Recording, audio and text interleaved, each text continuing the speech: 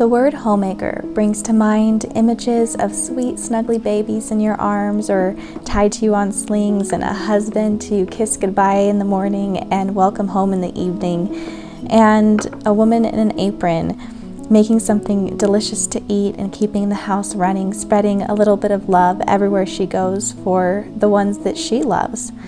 But what does it mean to be a homemaker when it's just you? I mean, is it even possible? You see, I used to struggle with the very same question. Where was the joy in being a homemaker when there was no one to make a home for? And then I realized something really important.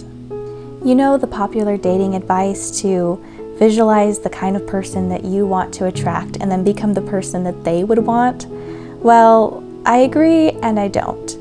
Instead, I think that we should visualize how we want to show up for that person, and we need to start showing up as that person now in our lives. The thing about homemaking is it's all about love, and loving ourselves, being a homemaker for ourselves, is just as important. Are we not just as worthy of a clean home, of a delicious smelling meal that nurtures and fulfills our body with the nutrients that it needs? Aren't we worthy of the cute candles burning that makes everything just smell so gorgeous? Of course we are. And the thing is that being a homemaker is a lifestyle. And trying to learn that lifestyle, trying to become that person when you have an audience of sweet babies and all the pressure, loving pressure, of course, of a spouse, can often be too much of a load to bear.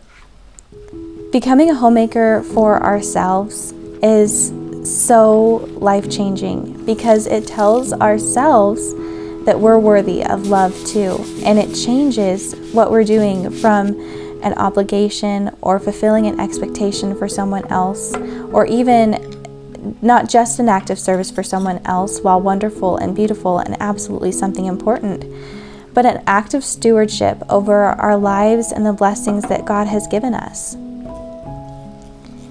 As I walk around my home and pitter and flutter and do all the little homemakery things that I adore, it helps me to feel so extremely blessed and to remind myself of the things that matter to me, of who I want to be.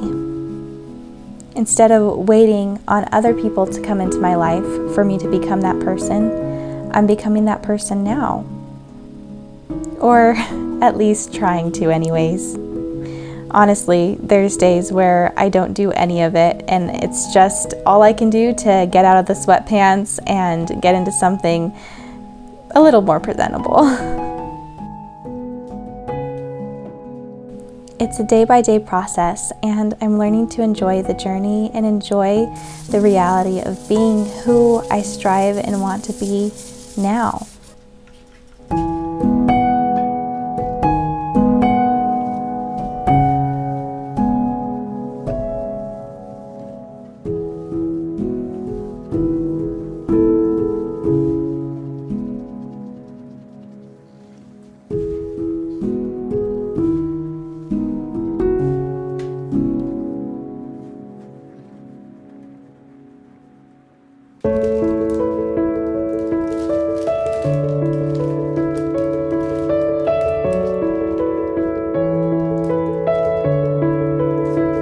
In my journey as a single woman who at times still believes in fairy tales, I have come to the decision that it is no one else's responsibility but our own to create a romantic and joyful moments for ourselves. When we pass those beautiful flowers in the grocery store or see those amazing smelling bath salts in the aisle, instead of thinking, oh, I wish I had someone to give those to me, or I wish I had someone to share those with, we need to remember that we do have someone to give those to. We do have someone to share those with. We can share a beautiful vase of flowers with ourselves. We can take a lovely soak in the tub with ourselves. And it may sound silly to some, but the thing is, these are the patterns and the habits and the life that we're creating in the now for our future, regardless of what that future may actually turn out to be. Because it's feeding our soul, it's being that person, it's being a wife, even if you're not a wife, it's being a mother, even if you're not a mother. There's so many to love, so many to nurture, and it starts with ourselves.